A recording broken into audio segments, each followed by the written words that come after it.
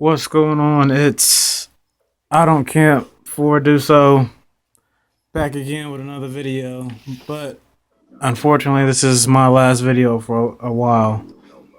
I might be back, I don't know. Been going through a lot of things, a lot of issues I really don't talk about. I mean, some people know about them, some people don't. But anyway, I originally started this YouTube video to make a little bit of extra change. I mean, because everybody needs money and I need the money, unfortunately. It seems like that dollar sign on the S, that S dollar sign, is like the S in slavery, because like I'm a slave to the money or something like that. Like I have to make money. Baby needs shoes, diapers, milk. Gotta pay this and that.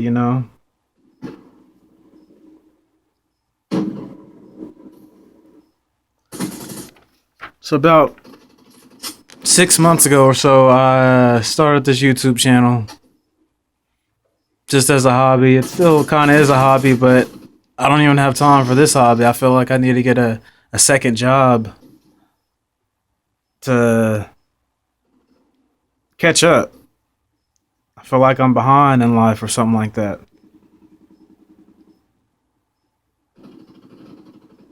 I've been staying with a buddy of mine. He's gave me a room at his house, paying rent here. And at the same time, his father passed away, so been having to help him, cope with that, help him stay strong. And then he had to clean up his parents' house, and I helped him with that. And it's just always something. So, after moving out of the girlfriend's apartment, of course, I need somewhere to put all my stuff. It's not going to all fit in one room. So I put most of my stuff in storage. And I didn't anticipate paying for storage. It's going to be 7 months next month. So that's a bill I didn't anticipate.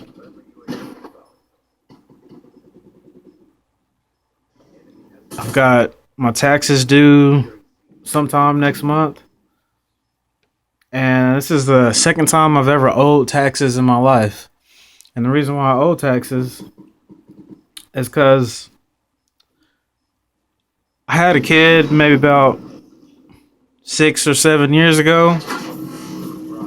And her mother said she wanted to move to Tulsa. And, I'm not going to stop that, but that would take away a lot of time for me visiting with my daughter. So I took her to court and found out the kid wasn't even mine. And that was very, very heartbreaking after paying almost $600 a month in child support for 4 years. And then find out the kid's not even yours. And how I found out, it was the girl brung a DNA test to the court. Like, I didn't even get inside the courtroom. My attorney said, I need you to sit in this room. I'll be right back. She came back about 30 minutes later and said the kid's not yours, and that's very heartbreaking. Haven't seen that daughter since. I had another daughter. She's 1.5 now, and I feel like I'm going through kind of the same issues with her mom. It's a totally different girl, but it's not child support payment is the issue. I'm fine with that if that ever comes up. It's like, I don't know, the things women go through after they have a kid. They call it postpartum.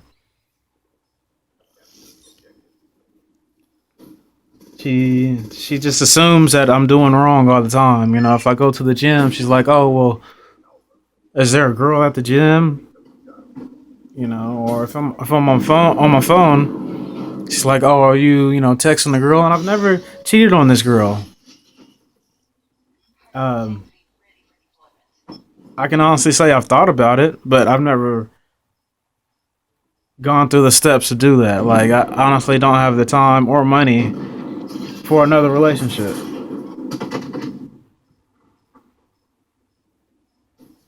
So that sucks. Another issue I have is, like I said, 6 months ago I moved out of the girlfriend's apartment and took all my possessions out of there, put it in storage.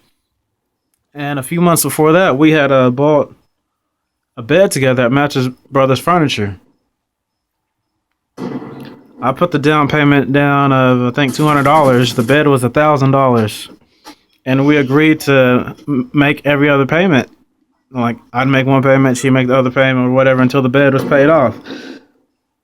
So she said to me, I know you made the first payment, so I'll make the very last payment.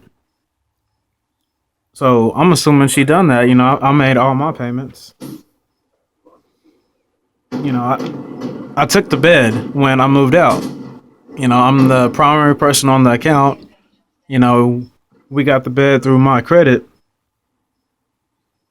And come to find out, I'm having a safety meeting at work about a couple weeks ago. And after the safety meeting, I said, "Hey, there's a big envelope on my office boss's desk, so with my name on it."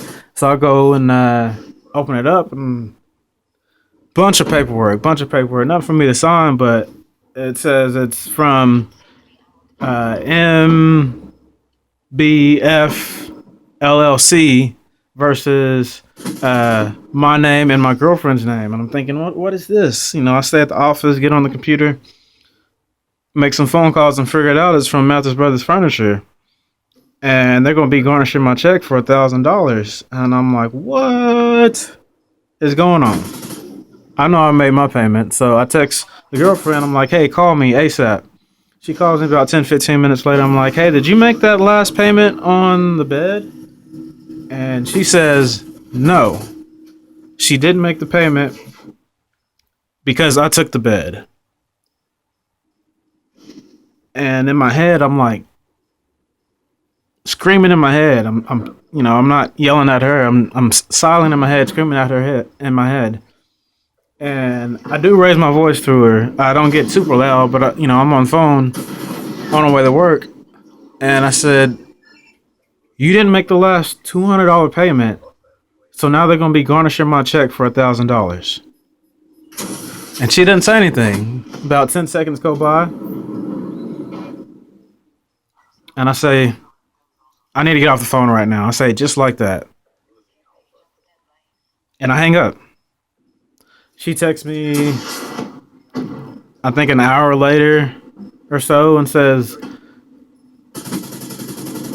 "Do you want me to pay it?" She's talking about the $1,000 now, and she says, "Because that's the type of person I am, but I have to pay for a vacation, 2 birthdays." She's talking about her son and my daughter. My daughter's birthday was in March, and her son's birthday is in September. She says she has to pay for her son starting school because he just started school. He's 5 years old. And she says she has to pay for rent and electric. And I'm thinking,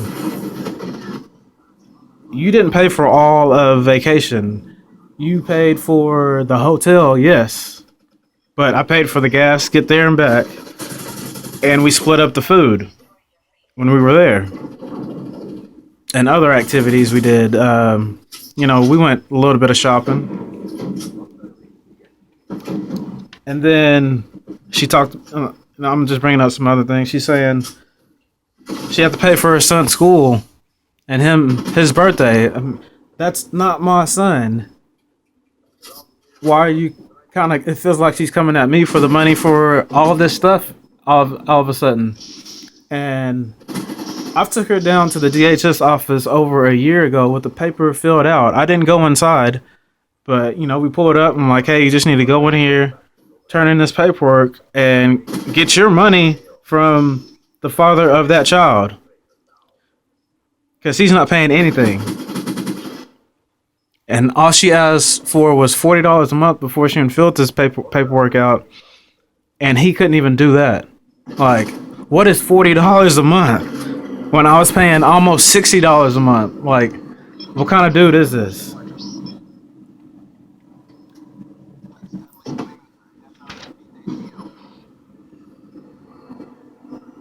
There's just a lot of things going on. Today's my birthday, by the way.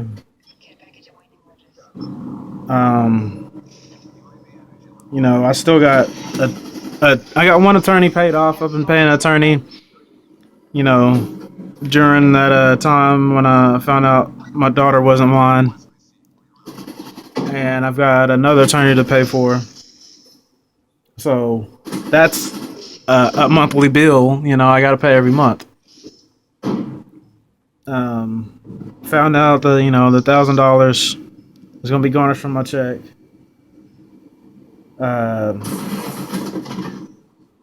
I was in a company vehicle at my job and got into a little bit of a fender bender. That was, I don't know, it wasn't really a big deal until, I had to go and take a drug test. I failed the drug test. I mean, I'm not going to say what I failed it for. It's not a big deal, 420, you should figure it out. But I failed the drug test. I knew I was going to fail, but I told them that I was going to fail. And they said, okay, well, I'm going to have to make some phone calls. We're going to take you out of the truck for a few months. I still got my job, but I'm having to go through like AA classes, drug awareness classes, and they're going to be drug testing me every month for a year. So all this is coming out of my pocket. So obviously I need to sell everything I got. I'm going to have to sell my gaming monitor, PS4, computer. Haven't been going to the gym. It's just a lot going on.